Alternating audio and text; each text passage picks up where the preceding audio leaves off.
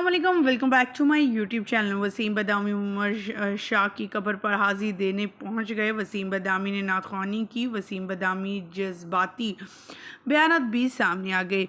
वसीम बदामी जब उनकी कब्र पर गए तो क्या कुछ देखा, क्या महसूस किया, और ख़ास करके उनकी वालदा के भी कुछ बातें बताईं जो काफ़ी रुला देने वाली थी। उनका कहना था वो नमाज जनाजा में शिरकत नहीं कर पाए थे, लेकिन उन्होंने जो है अब जाकर तमाम तर सिचुएशन को देखा, क्योंकि उस वक्त किसी काम में वो बहुत ज़्यादा मसरूफ़ थे, ऑनलाइन थे, वीडियो कॉल के ज़रिए हर किसी की अपडेट हासिल कर रहे थे। वसीम बदामी का कहना था कि उनकी वालदा जो हैं वो काफ़ी ज़हनी तौर पर जो हैं वो तकलीफ़ से गुज़र रही हैं, और ये एक आम शख्स की ऐसी हालत है, उनके फ़ैन्स की ये हालत है, तो फिर सोचिए वालिदैन की तो इनसे ज़्यादा बुरी हालत होगी। तो कहना है वो अपनी बच्चे यानी उम्र की ड्रेसेस पकड़ के, उनके कपड़े पकड़ के, उनको जूते पकड़ के सीने से लगाती हैं और ज़ारों कतार रोती रहती है, कई कई घंटे तक रोती रहती हैं। और कभी कभार अहमद और बाकी उमर के साथ, अहमद के साथ और अबू बकर के साथ जब जाती हैं कब्र पर उसकी, तो वहाँ से वापस आने का नाम नहीं लेती कि मेरा बेटा डर जाएगा, मेरा बेटा रोने लगेगा, वो कभी अकेला नहीं रहा। और ये तमाम अल्फाज सुनकर तो इनके फैंस के भी दिल फटने लगे, क्योंकि हर माँ एक बहुत ज़्यादा एहसास और मोहब्बत रखने वाली होती है, और वो अपने बच्चे को कैसे छोड़ सकती है इस तरह।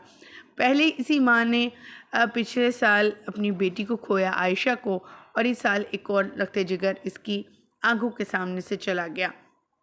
इसके लिए ये घड़ियाँ काफ़ी तकलीफ़ दें हैं, और हर वो माँ बाप जो कि अपनी औलाद रखता है और वो इस सिचुएशन को अच्छे तरीके से अंडरस्टैंड कर सकता है कि अगर आपका बच्चा एक घंटे के लिए क्या, दिन के लिए क्या, आपकी नज़रों से ओझल हो जाए और आपको इसका इल्म ना हो तो आप पर क्या बीतती है। तो उस माँ को तो ये इल्म है कि उसका बच्चा कभी वापस नहीं आएगा, वो इस दुनिया फ़ानी से हमेशा के लिए कूच कर चुका है। वो जज्बाती मनाजिर ना तो वसीम बदामी बर्दाश्त कर पाए, और ना ही वसीम बदामी इस चीज़ों को बताते हुए ज़ारों कतार भी रोने लगे। आए सुनती हैं उनकी ज़ुबानी ये सारी सिचुएशन। अब मैं सोच रहा था कि आप लोग माएँ हैं, मैं एक बाप हूँ, कि क्या उस माँ पे, यानी आप बाखुदा, अभी इस शो से पहले मेरी दानियाल से बात हो रही थी 10 मिनट पहले, और दानियाल ने कहा कि भाई वो अहमद के जूते और कपड़े गले से लगा के, उमर के जूते और कपड़े गले से लगा के बैठी अभी 10 मिनट पहले।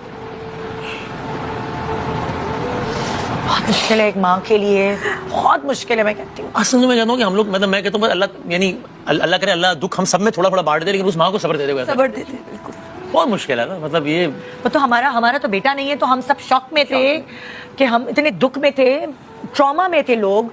वो तो माँ है उस बच्चे की उम्र की जिससे पूरा पाकिस्तान इतना प्यार करता है। इसकी अम्मा को हमने, यानी दानियाल ने तकरीबन 4-5 घंटे बाद बताया, 4-5 घंटे बाद।